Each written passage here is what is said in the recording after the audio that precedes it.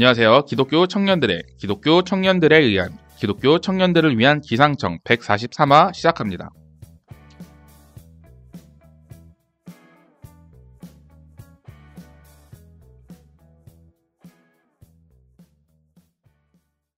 안녕하세요. 오늘은 마이크를 가져온 미곰입니다. 안녕하세요. 인천 부평에 사는 송지연입니다. 안녕하세요. YQ채입니다. 네, 오늘은 처음 녹음하는 장소인데요. 송지연님의 사무실에 있는 그 뭐라고 해야 되죠? 영상 스튜디오. 네, 그래가지고 지금 말하는데도 이 소리가 이게 녹음이 잘 먹겠구나 이런 느낌이 드네요. 30분에 10,000원에 빌리면 되는데 네. 저는 입주사기 때문에 무료입니다. 이야, 왜 돈 벌었네요. 네. 그러네. 돈 벌었네. 네, 저희 뭐 지난 이 4개의 방송에서 들으신 분들이 엄청 힘들게 들으셨을 텐데 그래도 이번부터는 잘 챙겨서 다니도록 하겠습니다. 그동안 한 달 동안 어떻게 지내셨습니까? 한 달이라기보다 더 짧은 느낌인데. 네, 좀 그렇죠. 네, 제가 어제 원래 이제 여의도에 가야 되는데 최대 늑장 몬스터 미룬이기 때문에 봐야지 왜 녹음이 벌써 시작되는 거지 막 혼자 두근두근하면서 어제 밀린 모든 막 대본 쓰고 막 해야 될 거 보고 뭐 대단하십니다. 엄청 바빴습니다. 진짜. 예. 어제 토요일 하루 종일. 그죠. 스스로를 바쁘게 만들어. 네. 어제 되게 역사적인 날이었는데 거길 못 갔죠. 그래서 예. 못 가놓고 대본 쓰다 말고 그거 틀어놓고 막 어떻게 된 거야 이러고.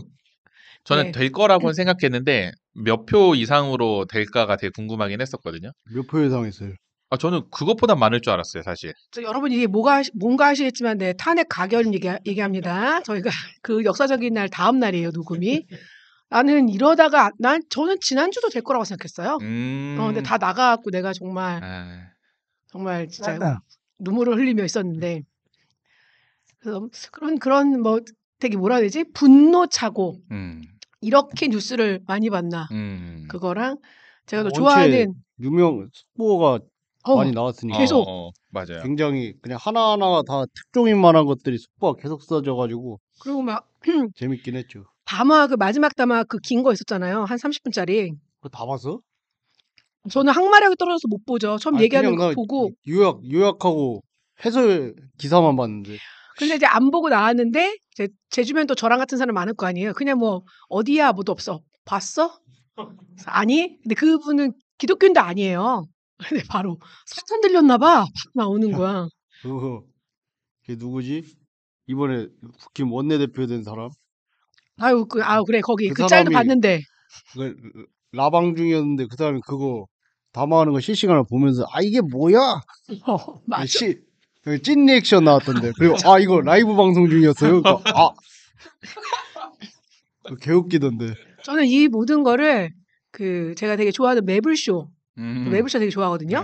UK에서 거기서도 이제 다들 뭐 일주일 동안 뭐 어떤 것도 제대로 하지 못하고 이것만 다 나왔는데 그 담화문도 그렇고 그 짤도 그렇고 라방 나온 것도 다 이렇게 짝짝짝 찝어서 보여줘갖고 또 어제 그거 열심히 보고 또 이 시국을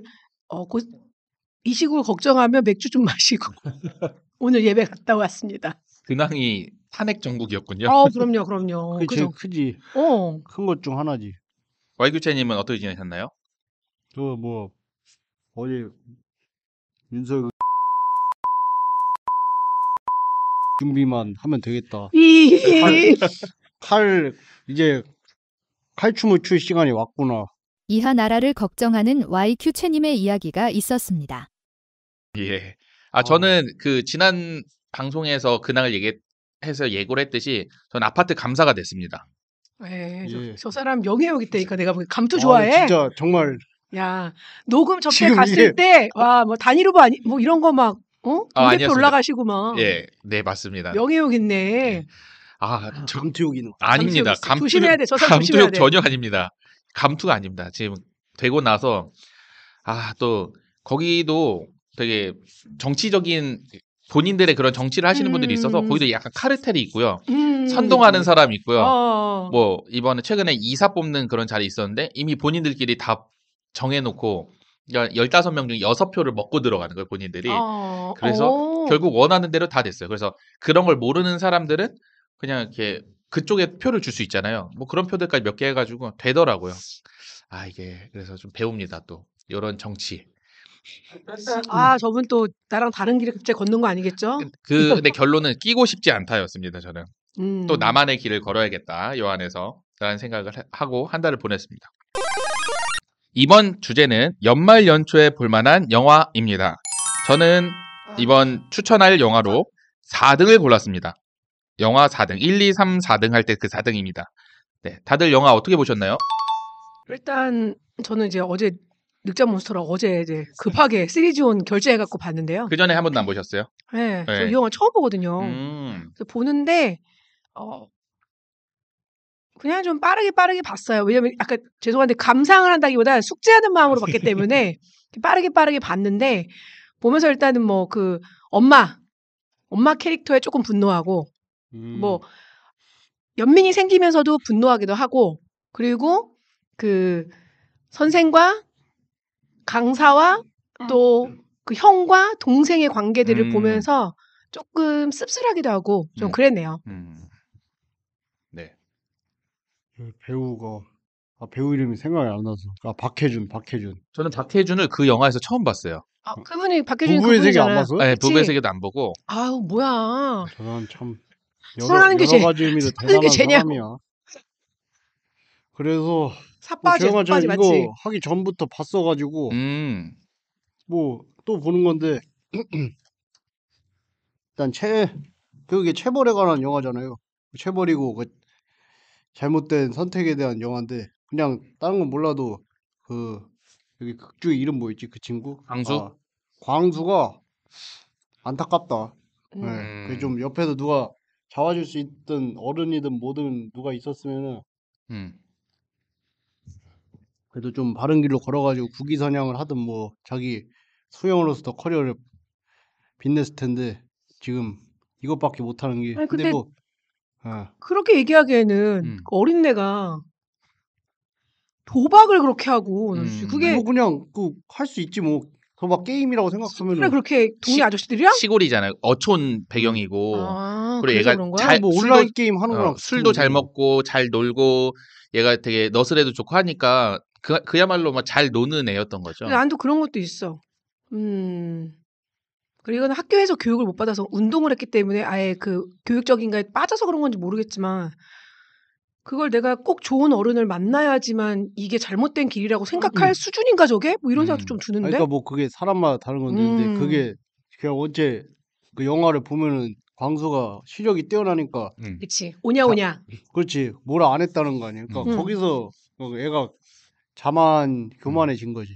그 운동부는 운동을 잘하는 게 사실 그 삶에서 그 세상에서 최고기 때문에 맞아. 그 외의 것들은 특히나 지금이야 뭐 여러 가지 인성이나 이런 게 나오는데 예전엔 그런 게 없었죠. 그냥 성적 잘 나오고 그냥 윗사람한테 잘하고 이런 사람들이 그런 거였으니까. 저는 이 영화를 봤을 때 되게 신선하다고 해야 되나? 왜냐면 제가 체육과를 오래 다녔으니까 교수님들이 과제로 뭐 스포츠 어떤 뭐 마케팅 관련된 영화 뭐 이런 것들 하면서 추천 영화도 있거나 뭐 이렇게 막 찾아보고 했었는데 우리나라에서 그래도 뭔가 이렇게 메시지를 주는 스포츠 영화가 별로 없어요. 보통 스포츠 영화, 체육 영화를 하면 다 승리하고 왜 승리하고 뭐 막, 극복해 나가고 이런 건데 여기는 좀 많은 메시지들이 담겨 있어서 되게 인상 깊었습니다.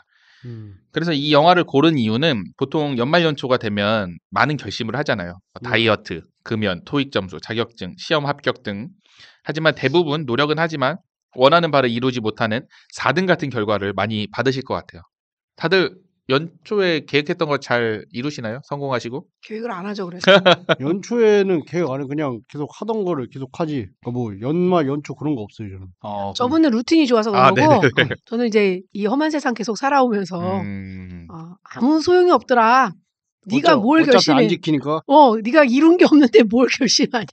괜히 자존감만 떨어져. 쓸데없이 너 다짐하면은 옛날엔 했지. 뭐 20대 때는 괜히 막 체면만 구기더라고 자꾸. 그래서 요즘에는 뭐 성경 일독하자 이래서 아이고, 창세기부터 막 열심히 보고. 안 해. 그래서 아무튼 이 영화를 보시면 그 뭔가를 계획하시는 분들한테 좀 도움이 될 것 같다라고 생각해서 선정하게 됐고요. 저는 챕터별로 요약을 해서 이번 시즌 예고했듯이 설명충 또 모 큐체님은 이게 또 지루하다고 할 수 있지만 지루해요. 하고 싶은 대로 다 하세요. 아무튼 스포를 원하지 않으시는 분들은 잠시 멈추고 영화를 보시고 들으시는 게 좋습니다. 근데 뭐 다들 뭐 이 정도 스포는 보고 심지어 돈 내고 봐야 돼요. 저 시리즈온에서 1,000원 내고 봤어요. 맞습니다. 전 돈 안 내고 봤습니다. 어떻게? 어디로 봤어요? 불법으로 봤어요. 아, 에헤이, 저는 굿 다운로더예요. 저도 그래서 그 다운로드 하세요. 좀 BTV로 결제해서 봤습니다. 배드워치 하겠습니다. 다시 와야 되니까. 사실 불법 어떻게 보는지 그 어둠의 길을 몰라. 네. 먼저 챕터 1 주인공 중 한 명인 광수의 과거 장면부터 시작합니다. 그래서 여기는 흑백으로 처리가 되더라고요. 광수는 아시아 수영 선수권 대회에서 세계 신기록을 세우고 곧 98년 방콕 아시안 게임에 나갈 준비를 하고 있었어요. 자신이 너무 잘하는 것을 알아서 자만에 빠져 아시안 게임 전에 태릉 선수촌 소집을 무시하고 동네에서 섰다 치며 놀다가 뒤늦게 태릉 선수촌에 갑니다. 11일 뒤에. 그것도 그 고등학교 걔가 무슨 최고 다니는데 거기 선생님이 찾아간 거죠. 야 이놈아 강수야 너 거기서 뭐하냐 이러면서 빨리 올려 보내죠. 근데 원래 처음에 가려 그랬어요. 버스를 탔었는데 그 뭐 판돈 뒤집힌 거 다시 하겠다고 해가지고 돌아가죠. 그래서 하루만 하고 갈 줄 알았더니 며칠을 하더라고요. 뒤늦게 온 강수를 감독이 흔히 말하는 빠따를 치죠. 그래서 사실 수영 선수들이 불리해요. 왜냐면 더 아프잖아요. 수영복만 입고 맞추려니까. 물로 쫙쫙. 네. 엄청 아팠을 거예요. 그래서 광수는 몇 대 맞다가 자기 대회 안 나가겠다고 수영장 밖으로 뛰쳐나가 버리죠. 그리고 포장마차에서 함께 술을 마셨던 기자에게 연락을 해서 저기 억울하다면서 전화를 하면서 첫 장면이 마무리가 됩니다. 사실 광수는 뒤늦게 태릉 선수촌에 들어갔지만 대회에 나갔으면 충분히 금메달을 딸 수 있었을 거라고 봅니다. 결국 목적이 아시안게임에서 메달을 따는 것이면 광수의 행동이 정당화될 수 있을까요? 지금 시대의 관점으로 봤을 때 작게는 우리나라 아시안게임 금메달 1개와 그리고 국제 수영계의 중요한 인재를 놓치게 만든 감독을 나쁜 사람으로 볼 수 있을까요? 광수의 무단 지각은 정당화될 수는 없죠. 왜냐면 거기 그 감독이 빠따친 이유가 그거잖아요. 다른 애들은 다 제 시간에 맞춰서 하는데 너는 뭐라고 무단 지각을 하냐. 아무리 실력이 좋건 나쁜 간에 그 기본적으로 지켜야 될 규칙이 있는데 정당화될 수는 없죠. 무단 지각이나 그런 뭐 섰다 친 거 그거는 잘못된 거고 뭐 메달 획득은 그냥 실력이 좋아서 메달 획득한 거고 별건으로 봐야 된다고 생각을 하고 뭐 두 번째는 감독의 근데 그 체벌 역시 정당화 비판해야죠. 왜냐면 여러 연구 결과나 그런 거로 나왔을 때 체벌은 효과가 없다고 분명히 나와 있거든요. 저도 기사나 이런 걸 통해서 읽은 적이 있고 뭐 우리나라 흔히 특히 저 세대까지도 그렇고 저 세대 이전에는 뭐 말할 것도 없고 다 뭐 체벌이 효과가 있다. 그래도 맞는 게 효과가 있다 하는데 지금 통상적으로 연구 결과로는 체벌은 효과 순기능보다 역기능이 더 강하다는 게 주론입니다. 예, 그래가지고 저는 이건 당연히 비판해야 된다고 생각을 하고 근데 뭐 그 마음은 이해가 가죠. 근데 다만 다른 근데 그 시대에는 보통 다 체벌을 당연시 여겼으니까 당연시 여겼지만 그럼에도 불구하고 그건 잘못된 방법이니까 비판을 해야 된다라고 생각을 해요. 예. 일단 저는 제가 그 시대를 살았잖아요. 지금 네. 98이라고 하니까 제가 96학번이잖아. 저는 이때 이제 어른이었을 거 아니에요. 네네. 너무나도 뭐 체벌도 그렇고 뭐 그런 성인지 감수성도 떨어진 시대를 살았던 사람으로서 그런 사람에도 불구하고 이 아이의 행동은 사실 좀 선을 넘었다라고 생각이 들기는 해요. 이건 선을 넘었죠. 선을 넘었는데 근데 뭐 하루 이틀 안 온 것도 아니고 11일이나 늦게 왔고 근데 내가 이 코치나 걔네 뭐 매니저 같은 사람이었다 만약에 그러면은 일단 금메달은 따야 되니까 엄청 또 얼르고 달래고 막 그랬을 것 같기는 해. 이 정도 근데 11일 안 나왔는데 이 정도면 그래도 그렇게 심한 체벌을 안 준 거 아닐까요? 솔직히 이 정도면 그냥 너 꺼져 이 개새끼야 이렇게 해도 될 만한 정도인데 난 이게 생각보다 수위가 낮았다고 생각을 해요. 때렸다. 그냥 몇 대 때린 거잖아. 이 정도는 뭐 그 당시 기준으로 봤을 때는 약한 별거 거지. 아니지. 그러니까 실력이 없었으면 꺼져 하면서 쫓아냈겠지만 그렇지. 얘는 나가면 메달을 따니까 다른 애들 이게 본보기도 필요하고 근데 100대 때린다 그랬는데 한 5대인가 맞고 포기한 거거든요. 맞아. 그러니까 꼬라지 부린 건데 그 시대로 따지면 그래도 국위선양 해야 된다. 뭐 그때는 또 지금보다 더 엘리트 스포츠가 되게 그렇죠. 강할 때니까 맞아요. 그냥 정당화될 수는 없지만 그래도 일단은 덮고 지금 같은 경우에는 아마 선수 자체에서도 그냥 쫓겨날 걸? 자격이 박탈되고 이럴 것 같아요. 당연히 이건 박탈을 요즘엔 공식적으로는 때리진 못하니까. 네. 근데 이제 감독 입장으로는 아마 이 사건으로 인해서 요즘 표현으로 경질되지 않았을까? 그 유망주를. 유망주를 네가 뭐 이러나 저러나 감독에게 선수를 맡긴 건데 그렇죠. 얘가 뛰쳐나가 버렸으니까 그러니까 막 경질은 됐을 것 같아. 이 감독 자체가. 근데 저도 이걸 보면서 그 영화를 보면서도 그래도 어떻게 잘 얼르고 달래서 대회는 좀 나가지. 왜냐면 그 아이의 인생에도 그게 되게 중요한 거니까 어른 입장에는. 그래도 제가 나가서 국제 대회에서 게다가 좀 심지어 아시안 게임 이런 데서 금메달을 따고 안 따고는 저 친구의 인생도 달라질 걸 아니까. 그러니까 좀 어른으로서 좀 잘 달래고 쫓아나간 거 가서 미안하다고도 하고 좀 그랬었지 않나? 뭐 이런 생각 좀 드네요. 원래 좀 마음에 안 들어하지 않았을까요? 그러니까 어쨌든 국대 감독이면 이 수영계를 좀 잡고 있었고 얘가 대회도 한두 개 나가는 게 아니고 뭐 듣고 보고 했던 게 있으니까 평소에 그냥 얘에 대해서 이렇게 안 좋게 생각을 하다가 이런 걸 하니까 화가 끝까지 난 거죠. 충분히 그럴 수 있어요. 네, 그럼 챕터 2 이제 현재 시점으로 돌아오면서 칼라로 돌아옵니다.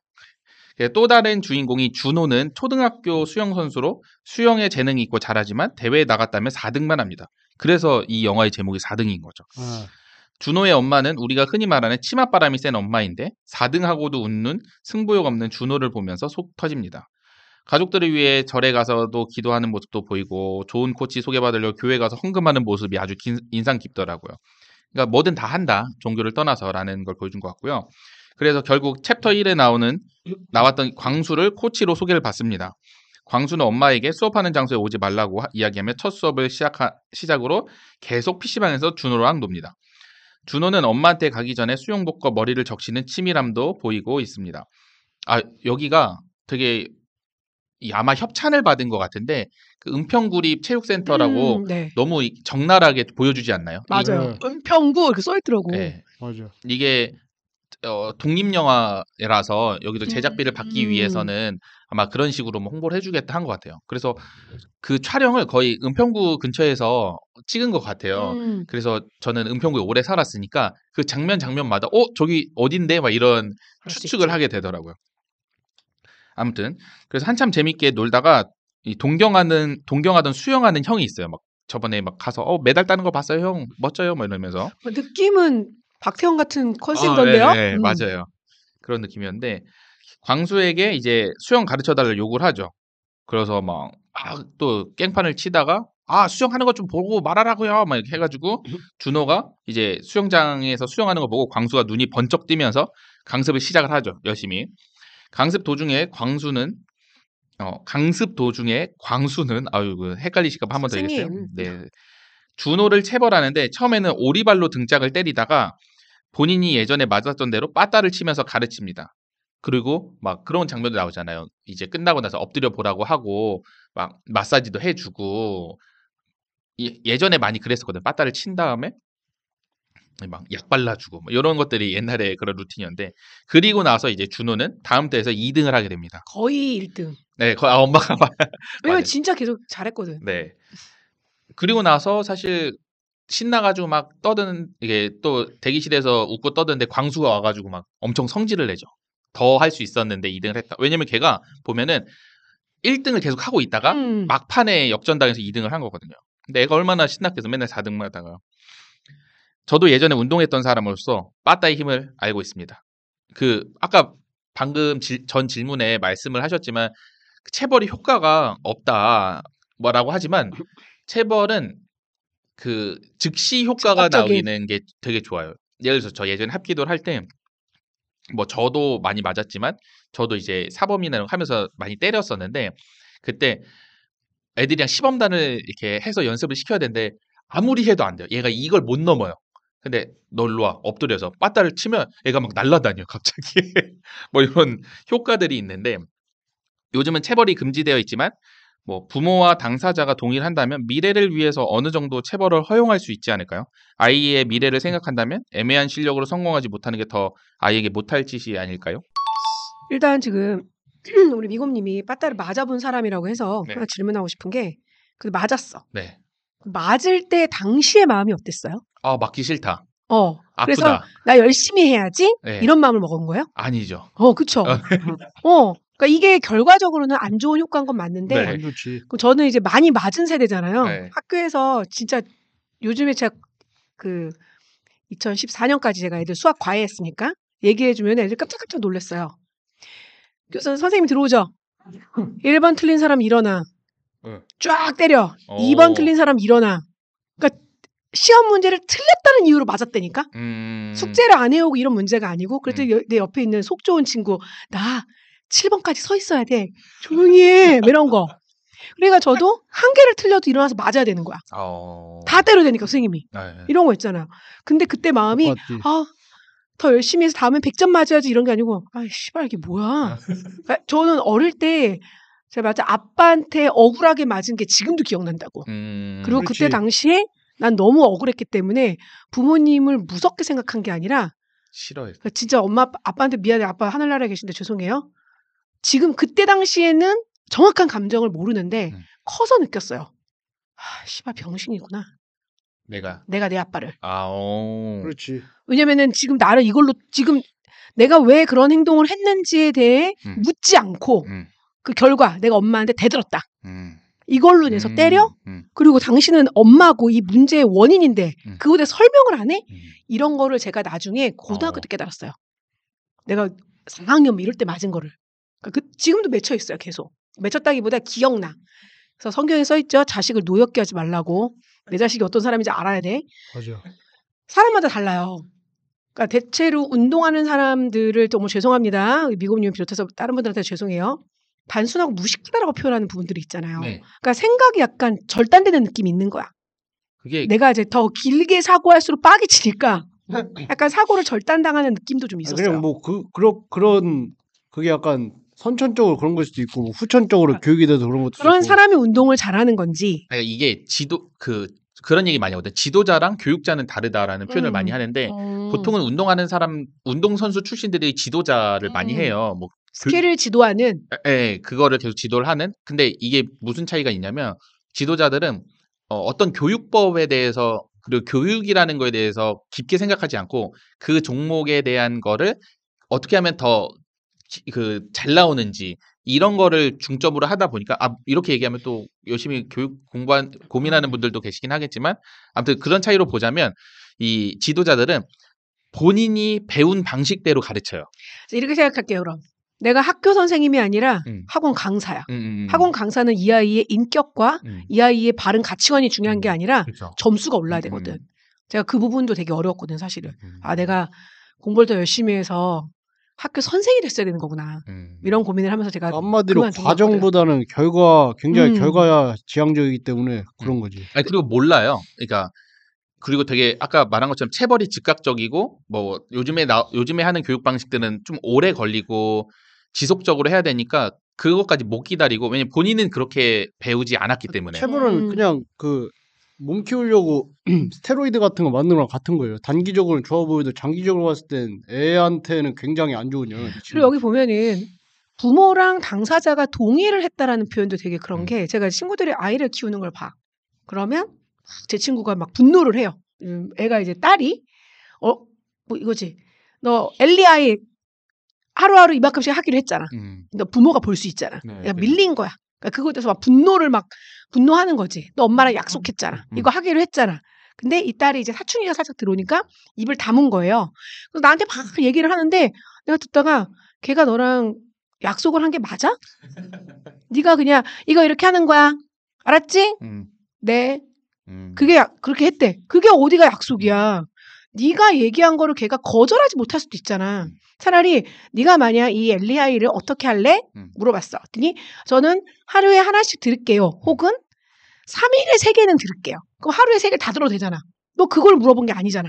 물론 아이들은 그런 대답을 못합니다. 생각이 짧잖아요. 그래놓고 네가 세운 규칙대로 얘한테 얘기를 해서 얘가 네라고 대답했다고 얘가 동의했다라고 느끼면 안 된다. 근데 제 친구는 이제 제가 애가 없잖아요. 너도 키워봐. 저는 늘 이런 공격을 당해요. 왜냐면 난 어릴 때 그런 인간이었거든. 그런 아이였던 거야. 그러니까 나는 그 집 딸이 왜 화를 내는지 너무 알겠는데 엄마가 몰라. 이런 것처럼 아이가 자기가 체벌을 받으면서까지 이거를 동의했다는 이 동의의 과정이 되게 중요해요. 동의 안 한 걸 수도 있어. 그냥 수긍 당한 거야. 그쵸. 그러니까 갑자기 두들겨 맞는 거겠지. 그러나 저는 사실 아이를 때려야 된다고 생각하는 사람 중에 하나이기 때문에. 왜요? 그러니까 애들을 때릴 수 있는 시기가 정해져 있어요. 그 이유는 어차피 못 때려요. 우리가 흔히 말하는 뭐 사냥 시즌 같은 거야? 자아가 이제 그러니까 이거야. 저는 아이가 손으로 음식을 먹는다. 젓가락이 쓸 수 있든 그러니까 못 쓰는 건 일단 둘째치고 다들 그럴걸?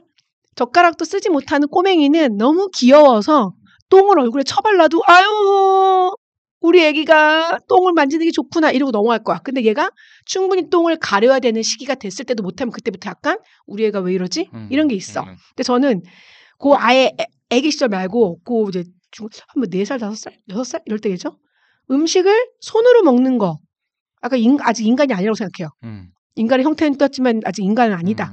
요 시기만 그럼 요 시기는 본능의 극으로 살고 있는 애들이거든. 그러니까 그때는 적당히 혼나야 되는 게 맞다고 생각해요. 근데 제가 말하는 체벌은 두들겨 팬다가 아니에요. 손 들고 서 있어. 벽 보고 서 있어. 훈육을 하는 거네. 훈육. 너 지금부터는 그러니까 그거는 부모의 강압이 들어가는 거잖아. 아니 그 정도는 해야지. 근데 체벌을 존나 패고 그런 거니까. 훈육은 필요하죠. 당연히. 근데 존나 패는 게 아니라 훈육을 얘기하는 거예요. 때리는 거잖아. 그런 거는. 그러니까 뭐 저는 옛날에 그 대바늘 뜨개질 같은 걸로 너 몇 대 맞을래? 한 대라고 하면은 더 혼나겠지? 0.3대예요. 이 정도. 그럼 내가 3대 정도는 맞을 수 있을 것 같거든. 그리고 내가 생각도 잘못했거든. 요런 것들이 좀 있어야 된다고 생각을 하고 그리고 이제 뭐 4학년 안 때려야 돼요. 초등학교 3, 4학년 이미 안 때려야 돼. 걔네는 그때부터 자아가 있기 때문에 자기가 잘못한 거는 인정하지 못하지만 맞은 거는 화가 나거든. 송 누나 그거네. 훈육론이네요. 저는 사실 체벌이라는 부분이 두들겨 팬다보다 적당한 걔한테 불이익. 자기가 생각하는 불이익. 그러니까 체벌보다는 훈육을 원하시는 거네요. 훈육을. 근데 그 훈육을 좀 더 강한 훈육을 하는 거죠. 강한 훈육을 하는 거는 나는 맞다고 생각하는데 패는 건 내가 빨리 패고 빨리 끝내고 싶은 것밖에 없는 거라고 생각하는 거지. 그 교육 쪽에서 예전엔 하도 그런 두들겨 패는 게 맞으니까 그 교육학 용어 중에 강화랑 벌이라는 이 상반된 개념이 있어요. 그러니까 강화는 뭐 예를 들어서 너 이거 하면은 초콜릿 5개 줄게. 이런 식으로 상을 주는 거. 그러니까 뭐 이렇게 표현하기 되는데 강화는 내가 이걸 했을 때 얘가 행동이 점점 증가하는 거고요. 벌은 내가 이걸 주어졌을 때 점점 감소하는 거예요. 그 아이의 행동이. 근데 이 강화랑 벌 안에서도 뭐 정적 강화, 정적 벌, 뭐 부적 강화, 부적 벌인데 이게 어떤 차이가 있냐면 어떤 거를 주어져서 강화를 하면 정적 강화. 예를 들어서 요거를 너가 여기까지 풀면 초콜릿을 5개를 줄게 하면 뭘 더 주면서 행동을 더 증가시키는 거잖아요. 근데 반대로 예를 들어서 너 이거 5개까지 풀면 오늘 청소 당번 제외 하면은 안 좋은 걸 제외하는데 얘 입장에서는 행동이 늘어나잖아요. 그러니까 지금 체벌이라는 거는 정적 벌이라고 해서 얘가 혐오적인 거를 주어주면서 이제 행동을 감소시키는 건데 사실 그것만 쓴 거예요. 근데 송 누나가 말씀하셨던 것처럼 너 벽 보고 손 들고 있어. 너 정적 벌인 거예요. 그러니까 애한테 어쨌든 혐오적인 걸 제시하고 그리고 싫어하는 걸 함으로써 너는 핸드폰 볼 수 없어. 행동을 감소를 시키는 거죠. 근데 부적 벌은 그러면 얘가 좋아하는 걸 뺏는 거죠. 예를 들어서 너 여기까지 안 하면은 너 핸드폰 하는 시간 뺏을 거야. 뭐 이런 것처럼. 그러니까 이런 개념 교육학적인 개념이 있는데 규칙을 정해주는 거네. 맞아. 근데 우리는 벌 이렇게 하면은 그러니까 벌을 어느 순간 쓰면 안 된다. 벌은 되게 안 좋고 강화로만 해야 된다라고 표현을 해서 이걸 좀 잘못 이해를 한 게 그럼 광수 되는 거야. 오은영 박사가 주로 강화를 이용해서 하거든요. 근데 그분은 강화를 더 많이 채용을 하는 거지 일정한 벌은 필요하거든요. 근데 이 벌이 사람들이 벌이라고 하면은 무조건 때리고라고 생각을 하지만 어느 정도 방금 말씀하신 것처럼 그리고 전 체벌이 안 좋은 게 감정적으로 체벌을 하는 경우가 훨씬 많고 있죠. 때리다 보면 화가 점점 나거든. 그리고 이게 시연자도 강화가 돼요. 내가 얘를 때려서 얘가 지금 갑자기 막 금쪽이 같은 애가 갑자기 가만히 있어. 그러면 내가 이걸 때리니까 애가 착해졌네.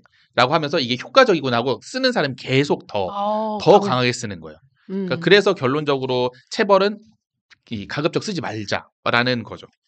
그렇죠. 당하는 사람이나 하는 사람한테 다 안 좋으니까. 하지만 이게 아이의 미래를 위해 애매한 실력으로 성공하지 못하는 거. 지금 그걸 알려드릴게요. 체벌에 관한 최신 연구 동향에 대해 찾아봤는데요. 신경과학적으로는 스트레스 호르몬 증가로 인해서 집중력이나 학습 능력이 저하되고요. 전두엽, 감정조절, 의사결정 발달이 저해되고 장기 추적한 것도 있어요. 체벌 경우 아동의 높은 공격성과 폭력성이 발현되고 성인이 된 다음에도 우울증하고 불안장애 발병률이 증가합니다. 그리고 그 영화에서 나왔지만 세대 간 체벌의 대물림 현상도 입증이 됐어요. 맞아. 그러니까 그냥 이러면 그냥 안 하는 게 맞아요. 그러니까 그냥 약 맞는 거랑 똑같다니까. 지금 당장 결과 좋게 보인다고. 그래 지금 당장은 말 잘 들을 수 있겠지. 근데 그게 장기적으로 지속되면 애 병신 만드는 거라니까. 근데 이제 친구들 주변에 이제 친구들이 아이들을 키우는 걸 보면 부모도 시간이 없고 부모도 인내심이 부족하니까 결국에는 손을 대더라고 애한테. 근데 그거는 부모 잘못이야. 그러니까 잘못이지. 부모 잘못이야.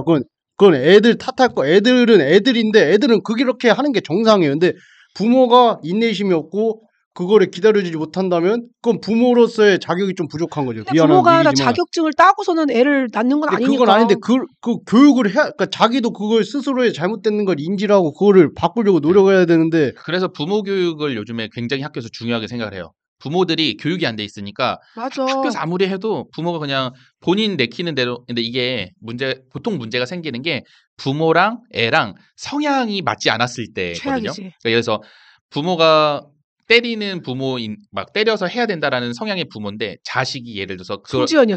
아니, 송지연일 때는 그걸 반발을 하고 요즘 시대면 하니까 엄마는 내가 부모고 내가 어른인데 내 말 안 들어 하면서 꽝 부딪히는 건데 어떤 되게 소심하고 우리 예전에 코알님 같은 사람이라고 치면 자꾸 주눅 들어. 엄마가 때리면 그냥 맞은 대로 그냥 실제로 그런 건 아니고 예를 들어서 뭐 그렇게 되는 건데. 코알 잘 지내요? 근데 잘 지내고 있습니다. 가끔 보는데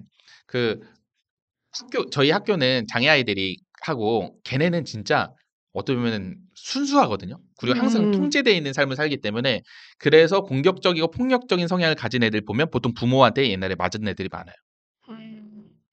그런 아이들이 거기서 배운 거죠. 그거를 배우지 않고 아예 자기가 화가 났을 때 이 공격을 하는 게 자신의 그 감정을 표현하는 걸 모르는 애들도 많거든요. 네. 그 화가 났을 때 갑자기 뭐 이유는 모르지만 그냥 막 안절부절하고 끝나는 수도 있는데 그냥 막 소리 지르거나 심하면은 자기가 막 벽에 머리를 박거나 이런 경우가 있는데 맞아요.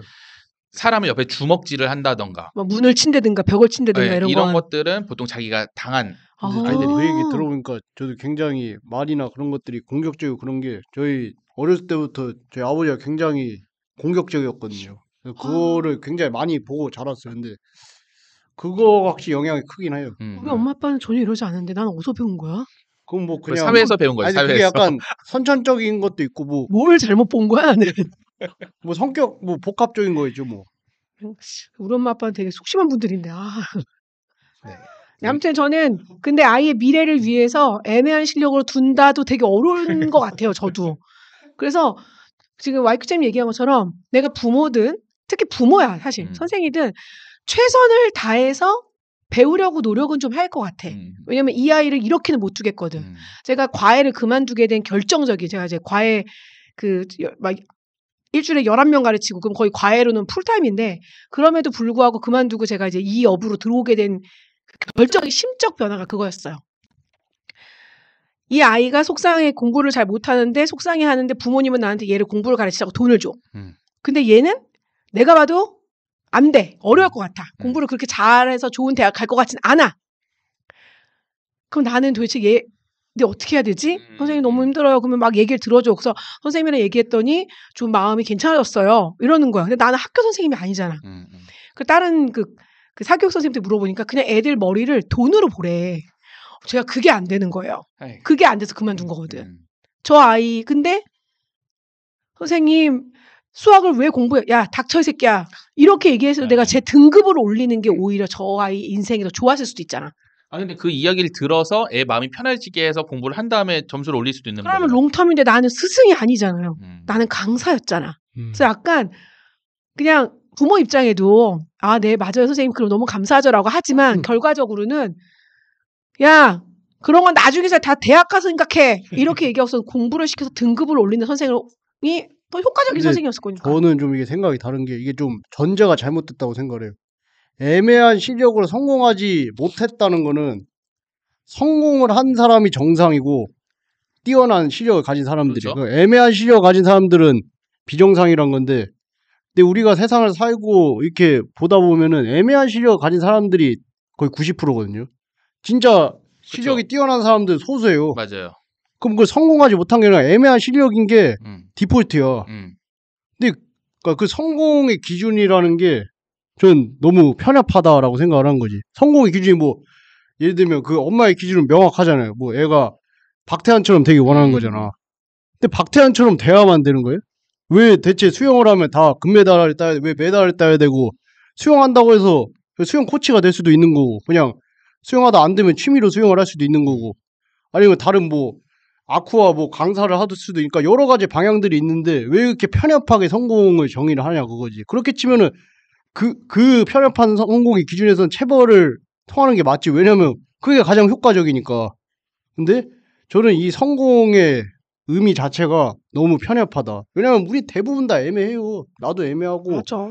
그런데 그거를 인정을 해야지. 그냥 수영이 애매하다? 그럼 걔는 애매한 수영 선수인 거야. 그런다고 뭐 얘가 그릇이 딱 그만큼인데 그릇이 더 커져? 박태환은 세숫대야만한 그릇인데 나는 내 애는 에스프레소 잔이야. 그럼 에스프레소 잔을 키울 수가 있어? 뭐 깨트리면 키울 수 있겠지. 근데 쉽지가 않단 말이죠. 그냥 그거를 받아들이고 그 기준 안에서 그 분수 안에서 얘가 최대한 행복하고 즐겁게 살 수 있는 방법이 전 성공에 이르는 길이라고 생각을 하거든요. 그러니까 좀 잘못됐다. 근데 이것도 그러니까 아까 말씀드렸던 것처럼 부모와 애의 성향의 그건 거예요. 아니 이거 성향 문제라고 생각하지 않아요. 그냥 우리나라 문화적인 문제, 구조적인 문제지. 아니 영화에서 보면은 엄마는 되게 마지막에 광수 얘기를 하잖아요. 너네 엄마 눈 봐라. 네 엄마가 수영했으면 된다 하는 건데 애는 그런 승부욕이 없잖아요. 그러니까 안 맞는 거예요. 그러니까 맑아, 엄마가 애한테 같이 가자라고 잡아 당겼을 때 같이 따라갈 이게 막 도끼가 있는 애면 같이 따라가는 거예요. 근데 지금 그러지 않기 때문에 이런 문제가 생기고 그렇게 된 거고. 그리고 근데 난 그것도 문제가 있는 게 같이 따라가는 애가 자기가 좋아서 따라가겠냐고. 자기 진짜 그게 진정으로 그러니까 물론 진정으로 원하는 애일 수 있어. 근데 다 그렇지 않고 그냥 엄마가 시키니까 엄마가 좋아하니까 그래서 따라가는 경우가 대다수일 거란 말이지. 왜냐면 진짜 승부욕이 있는 애들이 있어. 내가 수영을 좋아하는 소수야. 맞아 소수야. 그러니까 그런 애들이 진짜 실력 있는 애들이고 그런 애들이 박태환이나 마이클 펠프스가 되는 건데 그런 애들은 선택받은 소수라니까. 그거를 생각해야 돼. 내 애가 천재가 아닐 확률이 90% 이상이야. 내가 로또가 당첨 안 될 확률이랑 같은 거라고요. 맞아. 그건데 부모들은 그걸 인정하기 싫어해. 왜냐면 나도 평범한데 내 애는 평범하기 원치 않거든. 근데 내가 평범하면은 대다수는 내 애도 평범합니다. 근데 이제 여기서 이제 자녀가 있는 분이 우리 미곰님밖에 없어서 내가 참 할 말은 없지만 제 친구들을 보면 그거야. 내가 이렇게 살 수밖에 없는 건 난 부모의 지원을 받지 못했고 우리가 이제 사회적으로 좀 더 제가 옛날 사람이니까 그 시절에는 그렇게 생각할 수 있죠. 왜냐면 부모님이 저 인문계 가고 싶어요. 무슨 소리야 너 상고가 이럴 정도의 그런 시대였잖아요. 있었어요 저희가. 무릎 꿇고 울어갖고 자기 인문계 보내달라고 해서 인문계 가서 대학 가는데 그런데 내 딸은 내가 이렇게까지 서포트 해주는데 내가 이렇게까지 공부만 하면 되는 환경을 만들어주는데 얘는 왜 이래? 이러니까 내가 그래서 듣다가 야, 네 자식이고 네 남편 자식인데 얘가 서울대를 어찌 가겠니? 그러니까 서울대는 바라지 않아. 내가 아니 그러니까 엄마 아빠 이렇게 얘기를 해도 그거를 인정하기가 싫더라. 왜? 나는 부모의 서포트를 받았으면 더 날아갈 수 있었어. 자기를 왜 과대평가하는 거죠. 자식 과잉인가요? 그렇죠. 그러니까 내가 마치 친한 애들은 그러니까 기계가 아니잖아요. 그러니까 뭐 기름을 넣으면은 뭐 기름 많이 넣었다고 해서 자동차 많이 가는 것처럼 애들한테 뭐 지원을 기름이라고 비유를 한다면 애들한테 지원을 많이 해준다고 해서 많이 갈 수도 있지. 근데 애 엔진이 크기에 따라 달라지는 거잖아. 근데 마티즈가 페라리가 될 분수를 수 알아야 없지. 된다고 자기의 분수를. 아이들 보통 자식을 내 소유라고 생각을 해서 이런 것들이 맞아요. 생겨나는 거거든요. 그렇죠. 그러니까 와이큐님 말씀하신 것처럼 방금 인격적으로 얘 하나의 존재가 아니라 그리고 또 송치민님 말씀처럼 좀 맞아야 될 때라는 거는 미성숙할 그럴 때는 더 내 소유로 생각해서 내가 통제하는 대로 가야 되는데 내가 만들 수 있다라고 느끼는 거야. 에. 내가 얘를 만들 수 있다. 저는 만들 수는 없고 그냥 가이드를 해줄 수 있다. 음. 그 어느 정도 그러니까 가이드를 만들어 주는 거지. 그 울타리 같은 거 만들어 줘가지고 최대한 좋은 방향으로 갈 수 있게끔 하면 얘가 만약 그 울타리 넘어갈 수도 있어. 나처럼 울타리 넘어갔다 뭐. 근데 최대한 좀 부모 역할이 거기까지라고 봐요. 근데 애한테 개목줄을 채워가지고 내가 원하는 방향으로 이끌고 간다? 가능한 사람도 있겠지. 근데 대다수는 쉽지 않다. 전 이래서 와이큐체님이 꼭 자녀가 있었으면 좋겠어요. 왜냐하면 저렇게 좋은 생각 가진 그러게요. 사람들이 자녀를 낳아서 좋은 사람이 되게끔 해줬으면 좋겠는 거야. 아니에요. 그냥 저는 애 없이 살게요. 강아지랑 고양이만 조금만 키우겠습니다. 노력해주면 안 돼요? 근데 사실 뭐 난 이미 망한 것 같아. 하긴야 뭐 송치미님 그러실 수 있겠네. 그렇지. 폐교에 가까워요. 네, 그럼 챕터 3입니다. 준호가 2등을 해서 집에서 파티를 합니다. 막 이제 고기 구워 먹고 막 하는데 준호가 맞으면서 훈련하고 있던 사실 아빠가 알게 돼요. 이거 동생이 일부러 한 것 같아. 아빠 들으라고. 그렇지. 맞으면서 하니까 이제 잘 매달 따네. 뭐 이런 얘기 쓱 하더라고요. 아니야 그냥 애는 그냥 나간 얘기 아, 아닐까? 맞다. 거기서도 약간 그냥 아무 생각 없이 했는데 어. 그런 거요. 흠칫 놀란 거였어요. 일파만파 돼갖고 그냥 고기 먹다 말고 다 일어나고 지금. 준호 아빠는 예전에 광수랑 포장마차에서 술부심 부리면서 같이 술도 마시고 오프닝이죠, 오프닝. 네. 광수가 억울하고 전화했던 기자기도 합니다. 근데 그때 뭐 했더니 맞을 짓을 했으니 맞았다 뭐 이렇게 했다고는 하는데 뭐 이 사람도 뭐 들었겠죠. 어떤 상황이었는지. 그러니까 그렇게 얘기를 하지 않았을까 싶기도 하고요. 아빠는 광수를 만나서 이 돈을 주면서 준호를 때리지 않겠다고 약속하라면서 돈을 주죠. 그리고 돈을 받은 광수는 또 준호를 체벌하려고 했는데 준호는 맞지 않고 잘할 수 있습니다. 했다가 버티다가 이제 또 때리려고 하니까 도망을 가죠. 수영장 맨발에 밖으로. 수영복만 입은 채로. 네. 맞아요. 그리고 택시를 타고 아빠 회사로 갑니다. 그리고 아빠랑 이야기를 한 후에 수영을 그만두기로 결정을 하고 엄마에게도 맞고 싶지 않아서 수영을 그만둔다고 얘기를 합니다.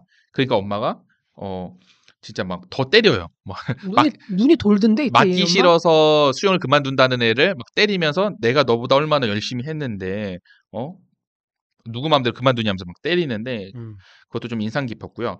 그리고 엄마의 치맛바람은 동생에게 향하는데 동생은 너무 힘들어서 형이 다시 수영했으면 좋겠다라고 얘기를 해요.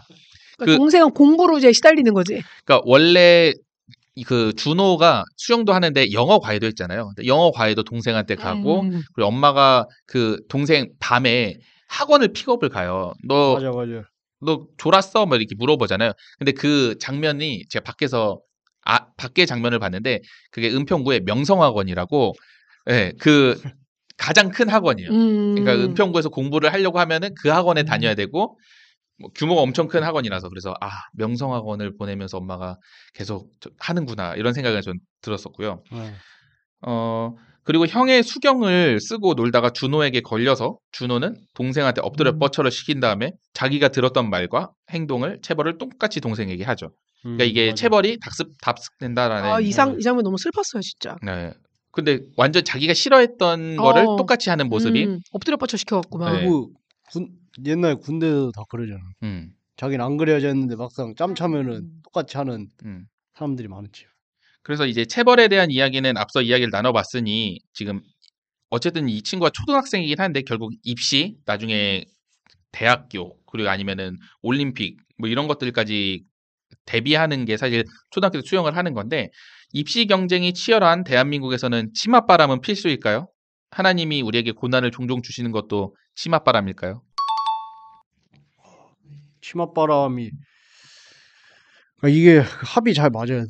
애랑 그 얘기했듯이 그 애도 도끼가 있고 부모 말 잘 듣고 뭐 능력이 되는 애면은 이 치맛바람 효과가 있죠. 근데 이런 그 4등에 나오는 그 케이스 모자의 케이스 같은 경우에는 대부분이 그럴 건데 안 먹히지. 오히려 역효과가 놀고 나지. 싶어 하니까. 역효과가 나지. 그러니까 이게 그냥 구조적인 문제 같아요. 너무 성공의 기준이 편협하고 그래가지고 경쟁도 너무 치열하고 근데 제 친구 중에 나름 아이를 좀 그래도 잘 키웠다. 잘 키웠다는 표현이 그런 게 공부도 잘해요, 물론. 공부도 잘하고 이번에 과학고도 갔어요. 오. 우리 다 그날 모여갖고 내가 과학 겁내네. 음. 근데 그 애가 이제 그럼 중3이라는 소리잖아요. 이제 고등학생이 될 거니까 예. 얘기를 해보면 참 속이 꽉 찬 아이라는 느낌이 드는 거예요. 그러니까 애가 크기도 정말 잘 큰 거야.